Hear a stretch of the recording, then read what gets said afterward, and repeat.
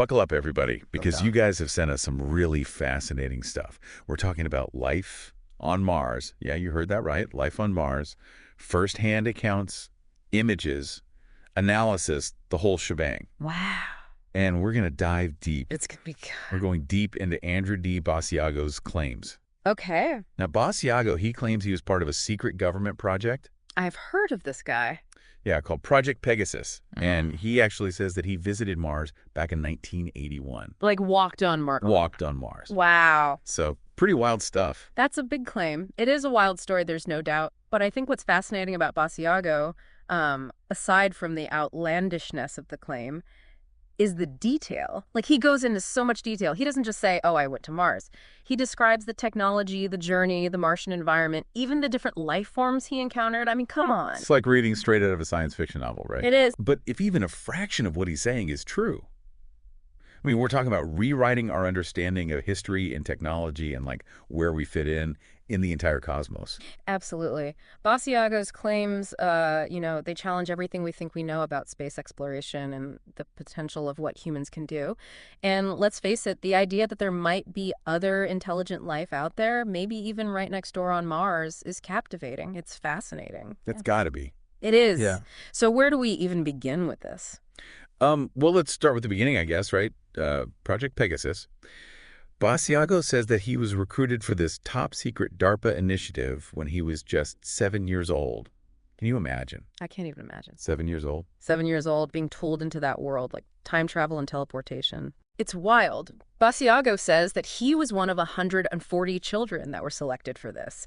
And he describes this really, really intense training, where he was like learning about all this advanced technology, like a Tesla-derived teleporter, and this device called a chronovsor, which he says was used to view past and future events.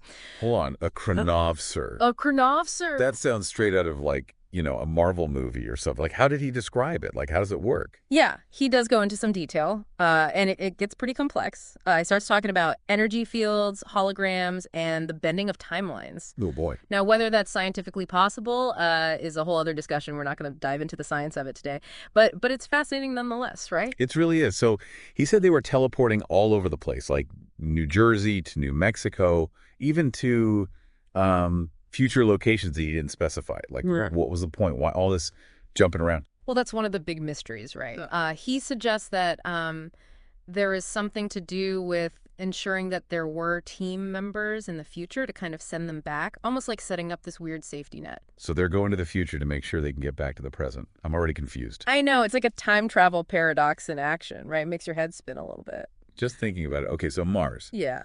Basiago claims that he was teleported to Mars twice in 1981. Twice. He described this like a jump room that morphed into a cylinder, and he talks about this really intense feeling of pressure during this 20-minute journey. So this is like they're stepping into this room and then it like whoosh takes them. Yeah, like a portal type of situation. Yeah. It's intense. I mean, just trying to imagine that, like really imagine that. It's a really vivid description. It's so descriptive. It raises questions like, if this technology exists, how come we haven't heard more about it? Why hasn't it been used for other things? Right.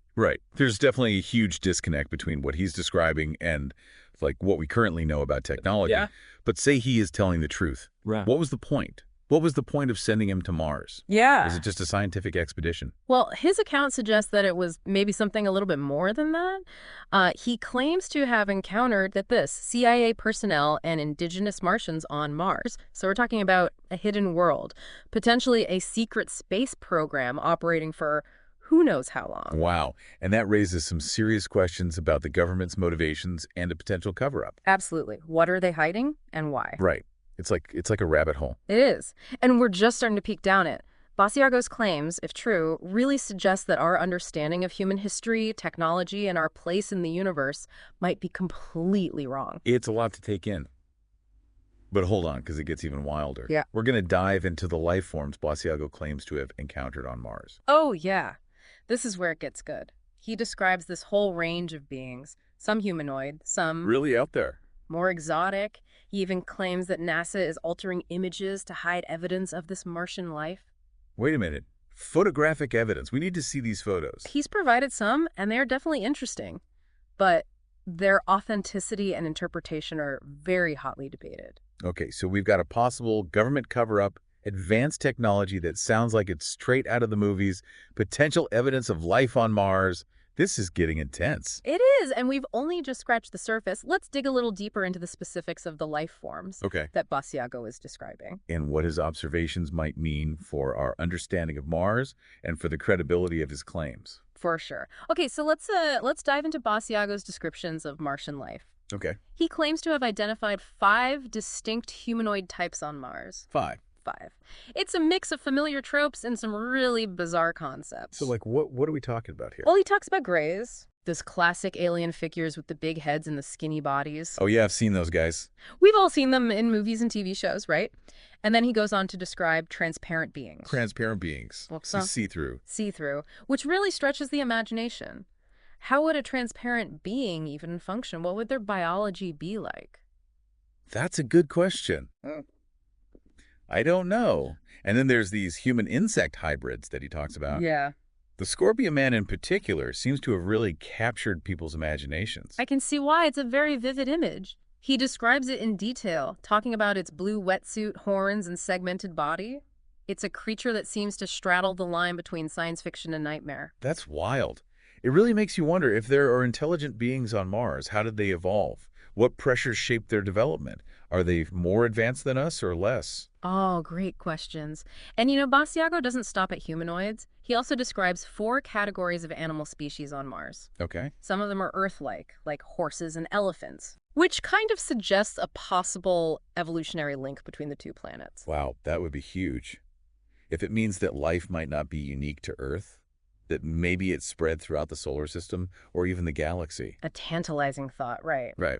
But then he goes on to describe these hybrids of Earth animals. Hybrids. Like a creature with a face of a dog or a lion, but the body of an octopus. Wait. That's just weird. It's hard to even picture that. It makes you wonder if maybe some of his descriptions are influenced by popular culture, you know? Like he's subconsciously blending science fiction tropes with his actual observations. It's possible. I mean, we have to remember we're dealing with one person's account here, and memory can be unreliable. Right. Especially when we're talking about events that happened decades ago. Okay, so let's play devil's advocate for a second. Cool. Let's say, for the sake of argument, that Basiago is telling the truth. Mm-hmm. What are the implications of all these diverse life forms on Mars? Well, for starters, it would mean that life is far more adaptable and diverse than we ever imagined. It would mean that the conditions we consider essential for life might not be so essential after all. So life could exist in ways we haven't even thought of yet. Exactly. And it would challenge our understanding of evolution. If life arose independently on both Earth and Mars, did it follow a similar path? Or are there completely different evolutionary mechanisms at play? Wow.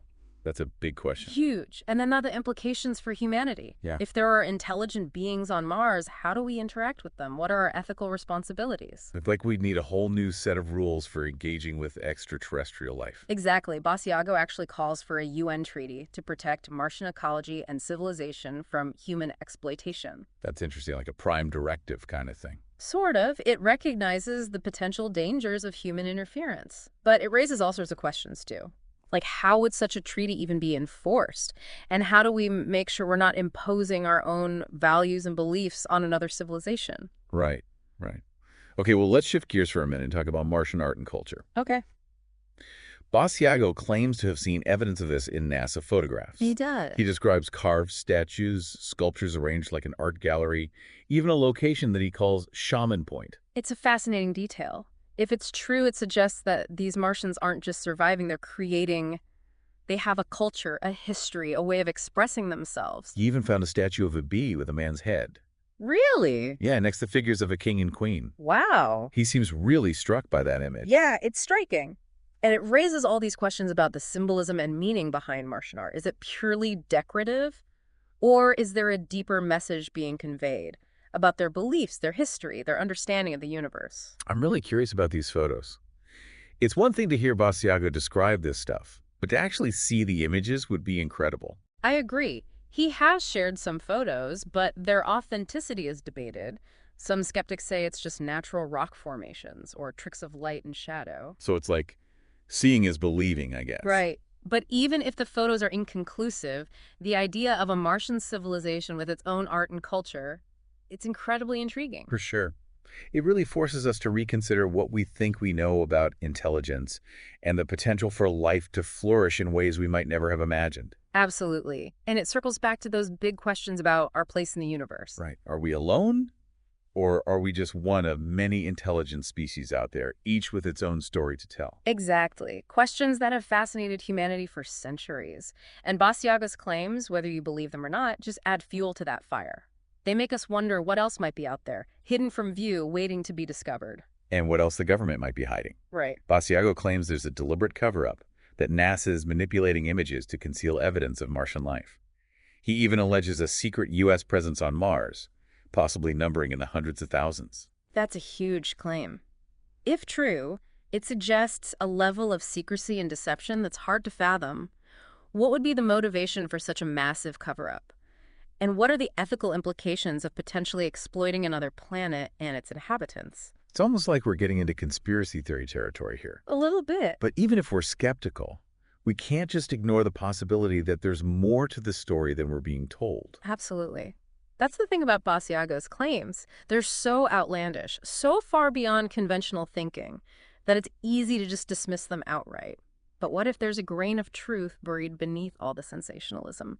What if we're just scratching the surface of a much bigger, more complex reality? Those are some big what-ifs. Yeah.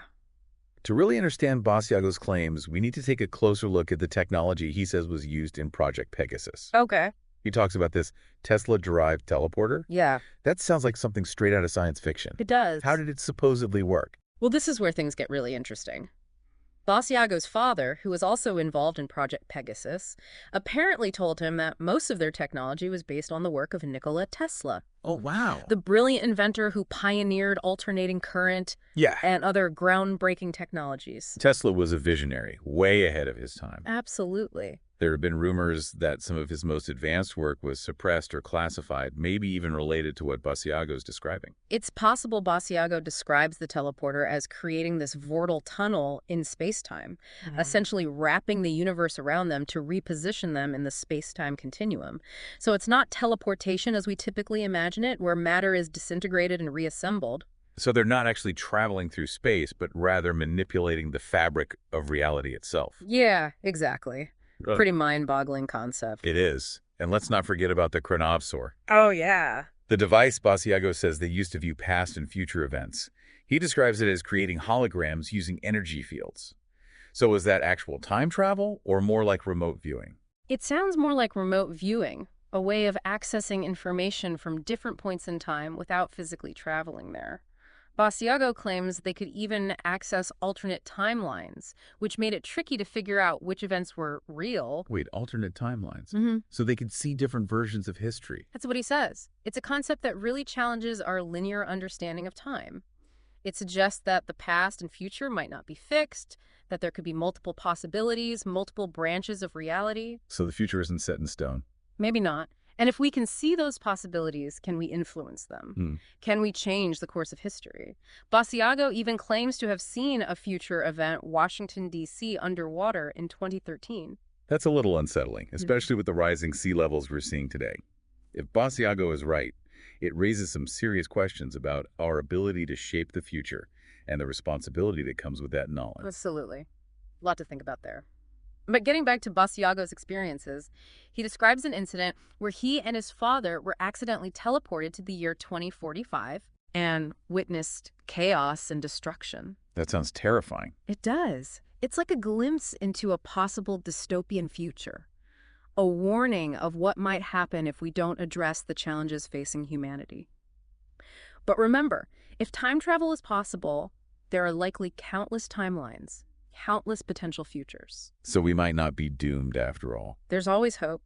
We might have the power to change course and create a better future. That's a more comforting thought. Yeah, Basiago's claims about Project Pegasus raise so many questions, though. for sure. Like, why would the government be involved in such a secretive, a potentially dangerous project?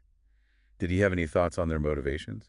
He suggests that the government might have been interested in the military and strategic applications of time travel and teleportation technology. I can see how that could be tempting. Espionage, sabotage, warfare, the possibilities are endless. The implications are vast. It's entirely possible that the government has been developing and refining these technologies in secret for decades. Okay, so we're back in conspiracy theory territory again. A bit. But Basiago also makes a very disturbing claim Oh. about being brainwashed as part of Project Pegasus.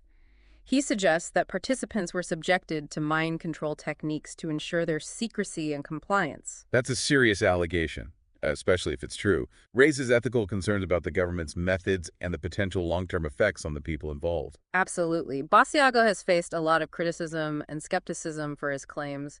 How has he responded? Yeah, I bet. It's a pretty out there story. He stands by his story, and he claims to have evidence to support it, including photos, documents, and witness testimonies.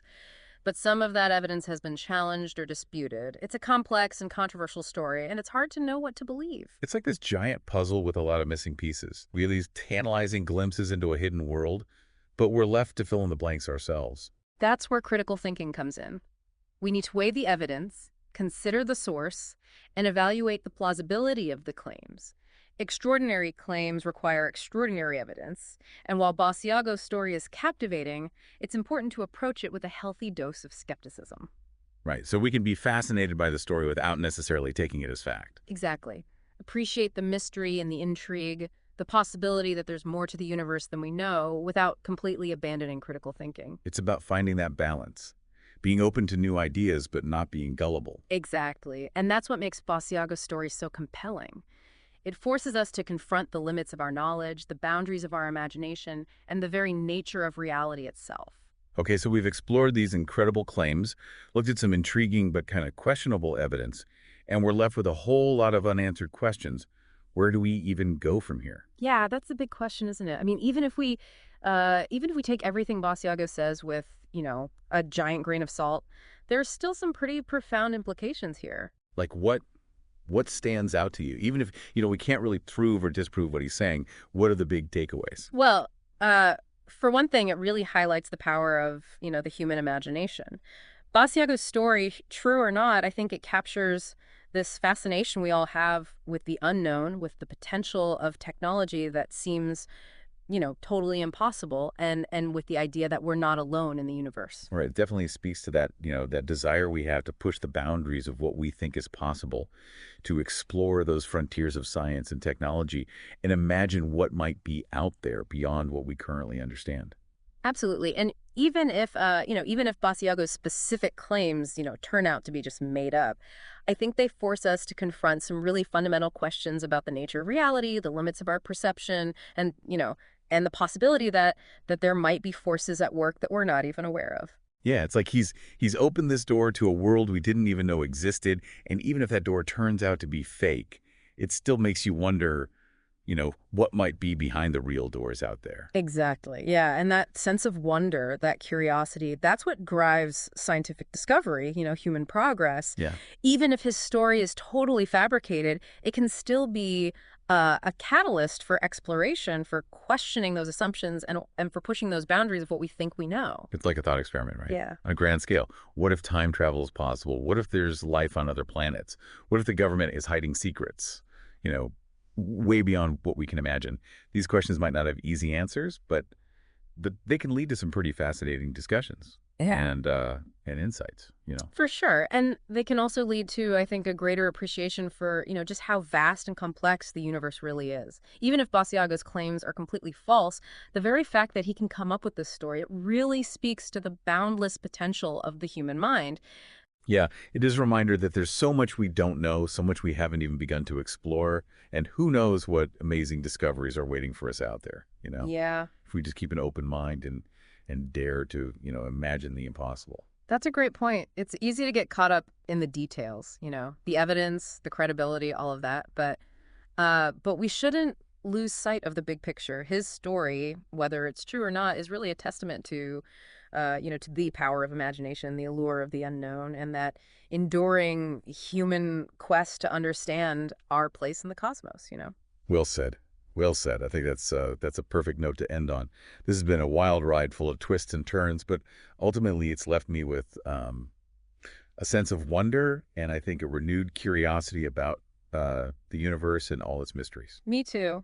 Me too. And whether you believe Andrew Basiago or not, I think his story is a really powerful reminder that there's always more to learn, more to explore, and more to imagine out there. Thanks for diving into this with me. It's been a fascinating and honestly kind of mind-bending journey. Oh, it's been a pleasure. And to our listeners out there, thanks for sending us this material and prompting us to take this deep dive into the world of Andrew Basiago and all these extraordinary claims. We would love to hear your thoughts on this. What stood out to you? What resonated? What questions are you still thinking about? Share your reactions and let's keep this conversation going. The universe is full of mysteries, Yeah. and it's up to all of us to explore them, to question, to imagine, and to keep searching for the truth, whatever that might be. Yeah, that's right. And one last thought to leave you with. Basiago claims to have seen a future event, Washington, D.C., underwater in 2013. Now, whether or not that specific vision came to pass, it raises this really profound question. If we can see these potential futures, do we also have the power to change them? And if so, what responsibility do we have for shaping the course of events? For ourselves, for generations to come, it's something to think about.